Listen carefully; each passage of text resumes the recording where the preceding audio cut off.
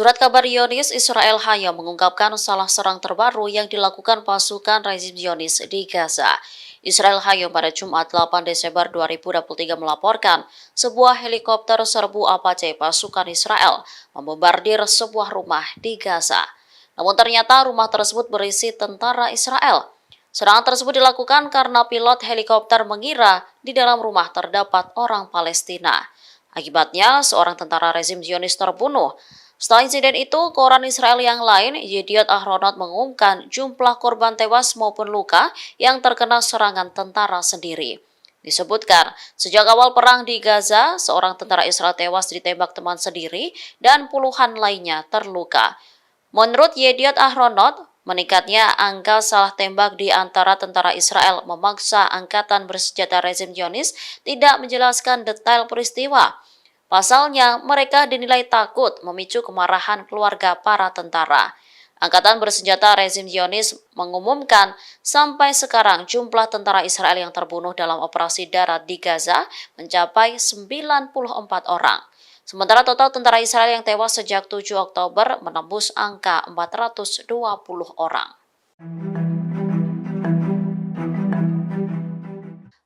Terowongan rahasia Hamas kembali memakan korban jiwa. Sayap militer Hamas mengatakan para pejuangnya memasang jebakan di pembukaan terowongan di Tal al-Za'atar di jalur Gaza Utara dengan alat peledak.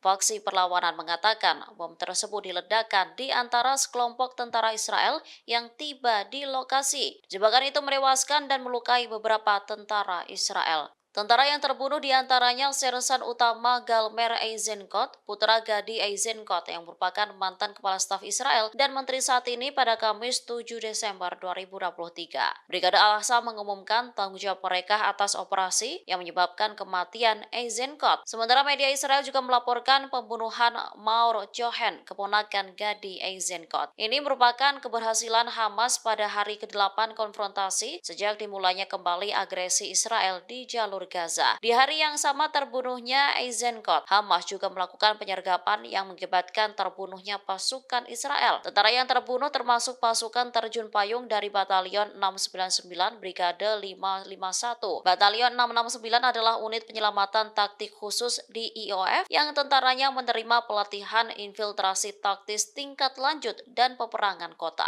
אני סער ברוך, אני בן 24, אני מקיבוץ בארי.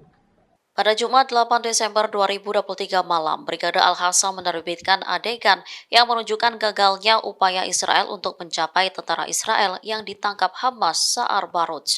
Upaya ini menyebabkan kematian tentara yang ditangkap dan sejumlah anggota pasukan penyerang. Adegan tersebut menunjukkan rekaman tahanan Baruj berbicara tentang usianya, sejarah penahanannya, dan tempat tinggalnya. Setelah itu, Brigade Al-Aqsa menyatakan dalam video tersebut bahwa pasukan Israel menyusup ke tempat penahanan tahanan saat fajar. Mereka menyusup menggunakan ambulans dan bersembunyi di balik organisasi kemanusiaan. Namun upaya tentara Israel itu digagalkan hingga terjadi bentrok dengan pasukan perlawanan. Sayap militer Hamas itu selanjutnya menunjukkan senjata dan peralatan militer yang disita dari pasukan Israel yang menyerang. Mereka juga menunjukkan kondisi Baruj yang terbunuh oleh temannya sendiri. Bersamaan dengan publikasi video tersebut, pendudukan Israel mengakui bahwa mereka gagal menyelamatkan para tahanan Israel. Disebutkan ada 2 tentara Israel yang terluka parah selama operasi penyelamatan tahanan. Brigade Al-Qassam terus melakukan serangan menggebut terhadap pasukan Israel hingga menimbulkan korban jiwa dan kerusakan terhadap kendaraan militer Zionis. Kini sayap militer Hamas memamerkan senjata baru yang diklaim bisa membumi hanguskan Tel Aviv. Senjata tersebut dipamerkan melalui sebuah video yang diunggah pada Jumat 8 Desember 2023. Dalam video itu, mereka meluncurkan MLR baru LM-90 yang dapat menampung hingga 8 roket sekaligus. Ini menjadi tonggak sejarah lain bagi perlawanan Palestina, baik dari segi kemampuan produksi dan persenjataan militernya. Sebuah plakat yang ditampilkan dalam video menunjukkan foto martir Ibrahim al-Maghdisi Makatmeh, salah seorang pendiri Hamas dan tokoh terkemuka Palestina. Roket-roket tersebut diberi nama Al-Makatmeh, ditunjuk sebagai M90. Roket tersebut memiliki jangkauan 90 km, memberikan faksi perlawanan kemungkinan untuk menargetkan wilayah tengah di Palestina yang diduduki termasuk Tel Aviv dari berbagai arah. Video ini dirilis setelah Brigade Al-Qassam mengumumkan 3 operasi peluncuran roket terpisah menargetkan Tel Aviv.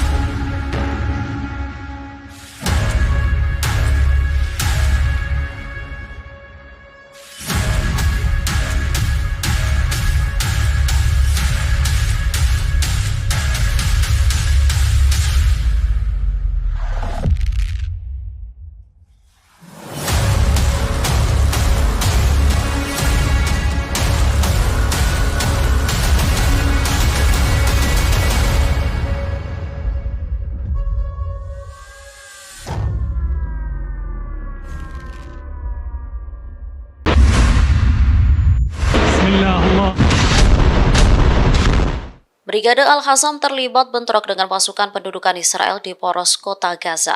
Sayap militer gerakan Hamas menargetkan kumpulan pasukan pendudukan di poros selatan dengan sistem rudal rajum jarak pendek 114 mm. Tank-tank Israel hingga kendaraan militer Zionis dalam hitungan menit diledakkan. Dari video yang diunggah, perlawanan terlihat keluar dari sebuah terowongan. Setelahnya mereka menembakkan rentetan peluru ke arah musuh.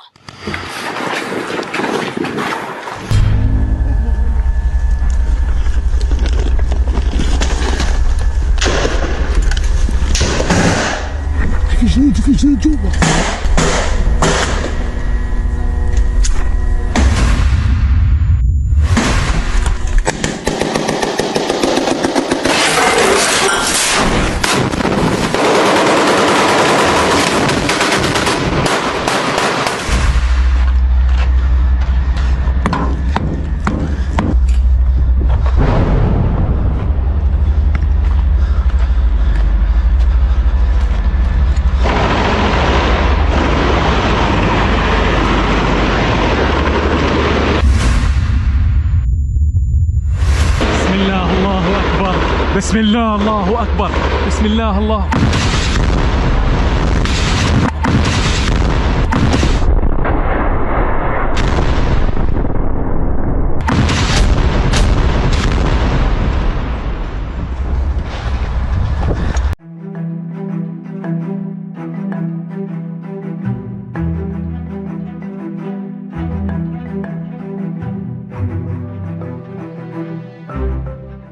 Tak hanya Brigade Al-Qassam, Brigade Al-Quds juga melakukan perlawanan terhadap posisi militer Israel di garis depan kota Gaza. Pejuang perlawanan Brigade Al-Quds mampu menghancurkan sebuah tank Israel, kemudian menargetkan 2 kendaraan militer di poros lingkungan Sheikh Radwan di kota Gaza. Selain itu, menargetkan kendaraan militer Zionis dengan rudal tandem di Al-Tahadum, poros di lingkungan Al-Sujaiyah di jalur Gaza Timur. 9 kendaraan tempur, 2 pengangkut pasukan, dan sebuah bulldozer militer D9 juga hangus terbakar. Perlawanan langsung melakukan selebrasi setelah berhasil menghancurkan tank Zionis. Bismillah.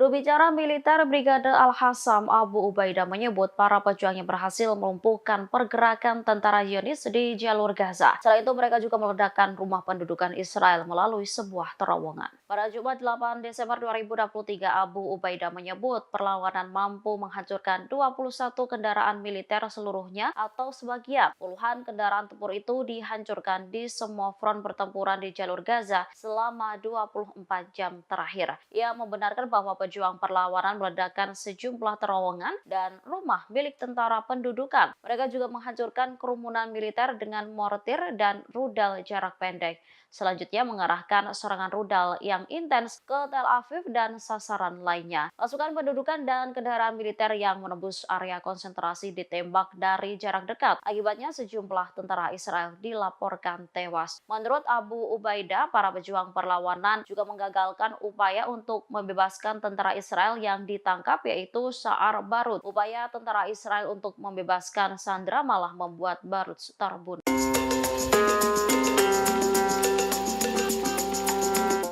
Perlawanan Islam di Lebanon, Hizbullah melakukan 9 operasi yang menargetkan lokasi dan barak tentara pendudukan Israel di perbatasan Lebanon-Palestina. Salah satu barak militer yang menjadi sasaran rudal ialah Barak Matat. Pangkalan militer tersebut meledak setelah digempur menggunakan rudal. Beginilah detik-detik saat Hizbullah menargetkan Barak Matat milik pasukan pendudukan Israel. Dalam hitungan menit, pangkalan militer tersebut meledak hebat. Setelahnya, terjadi kebakaran di sekitar barak militer itu. Dalam pernyataan lainnya, pejuang Hizbullah mengaku turut menargetkan situs Ramyah. Serangan langsung itu diklaim menyebabkan sejumlah tentara Israel tewas dan cedera di dalamnya. Pada Jumat 8 Desember 2023, Hizbullah mengumumkan 9 operasi di posisi Israel. Mereka menargetkan pangkalan, lokasi, dan penempatan tentara pendudukan Israel di sektor timur dan barat di perbatasan Lebanon-Palestina. Di sektor timur, kelompok perlawanan menargetkan lokasi Miskaf General dengan senjata yang sesuai. Mereka juga menargetkan situs Ruwaisat Al-Alam di perbukitan Kifar Syuba. Situs Al-Abad juga menjadi sasaran tembakan Hizbullah. Sedangkan di sektor barat, kelompok perlawanan mengumumkan bahwa mereka telah menyasar kamp Khirbet Ma'ar.